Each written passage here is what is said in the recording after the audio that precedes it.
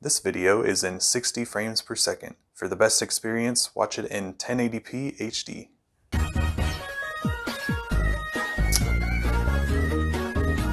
I know most of you are subscribed to this channel because of the memes, but in case you didn't know, I am an animator. I've made a lot of animations, most of which have been in 24 frames per second. Firstly, because it's faster to render and faster to animate, but mostly because I just think it looks better.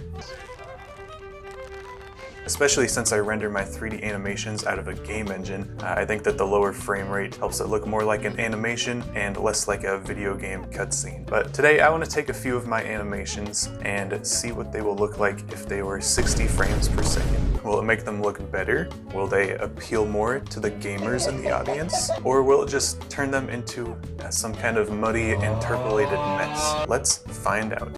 Alright, first let's look at some 3D tunes. Let's use this clip from Grab and Greg because it's kind of a pretty smooth, goofy walk cycle. I'm just in After Effects right now, so I'm going to change this composition to 60 frames per second. I found this little button called Frame Blending. So we can turn this on by clicking it once, and that'll give us some ghosting in between our frames.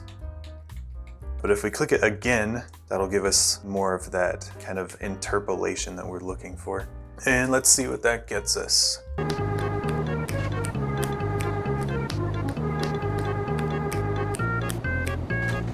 Okay, first glance, it's actually not bad. I can tell with that hand in front of his face.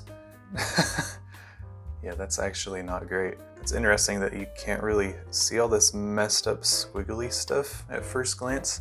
But now that I know they're there, when I'm looking at the fingers especially, you can see them like clipping in and out, the tips of the fingers. All right, what's next? The next clip I wanted to try was this clip from The Perfect Man.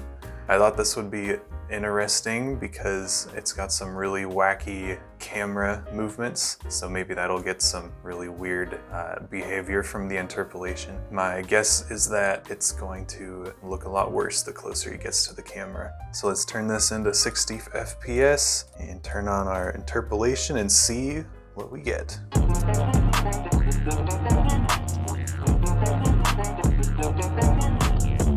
He's just zooming so fast.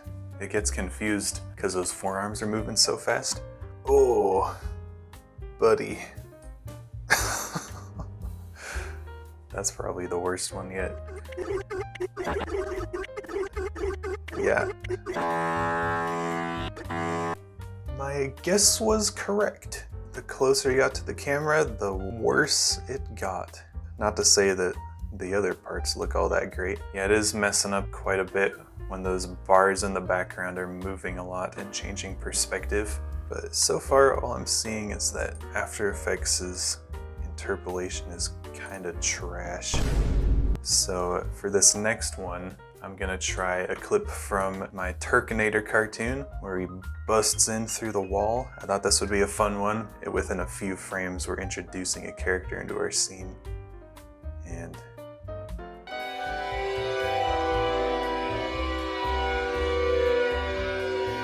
for this one, I'm not going to use After Effects. I'm going to use a program called Flow Frames. All right, well, let's see if this works.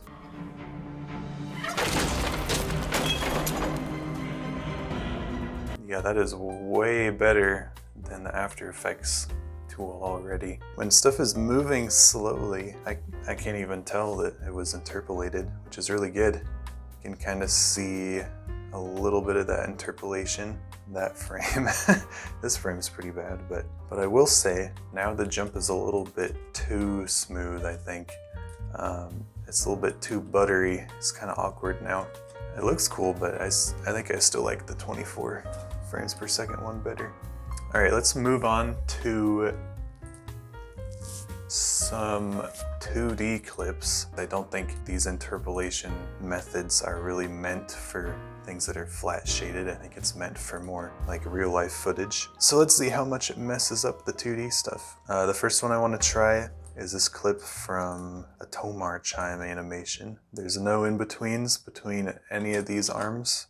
I want to see it struggle to interpolate this. So let's see what it comes up with. That was like a magical wind chime that gives you your strength. The Tomar chime. That's kind of weird looking. Oh yeah, there it is. That's what we wanted to see.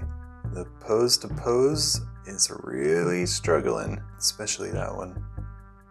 With no in between, it just kind of shits its pants, doesn't know what to do. The lip sync is better than I thought it would be though. Speaking of lip sync, the next clip I want to try is this one, because that's all it is lip sync.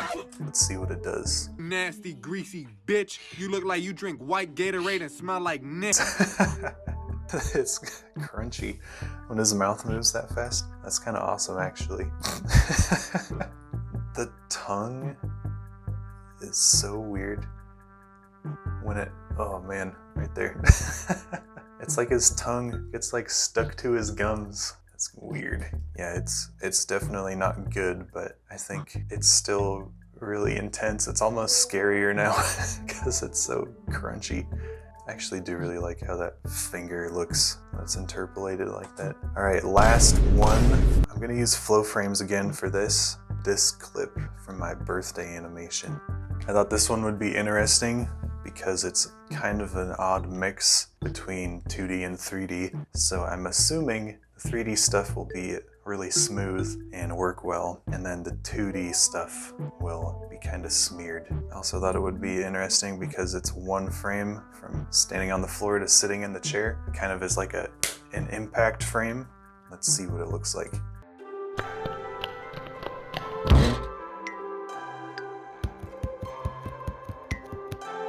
It's actually really good.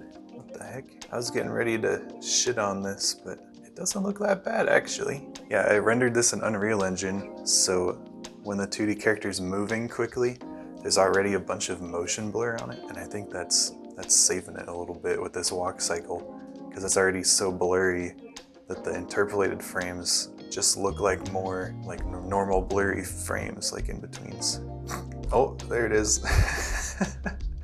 I was wondering what it would do for this frame to that frame, but it's so fast, I can't even tell. Oh, the blink is blink is a little weird. Huh. The hands are kind of messed up, but again, it just looks like motion blur. This is way better than I thought it would be. Just out of curiosity, what does it look like with After Effects shitty interpolation?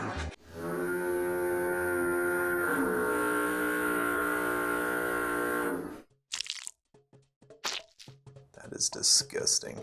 I think what I've learned from this is that most of the bad things that come from an interpolation are much more prominent with this After Effects tool. So I guess it's no surprise that the tool that's 100% dedicated to this kind of thing does a better job.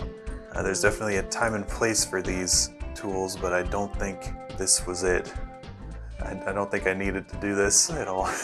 But I can see how it could be nice if you're rendering like a really high-res 3D animation and you only want to render it at like a low frame rate, so you can get your frames out faster and then run those frames through an interpolation tool. I can see how that would save on some time.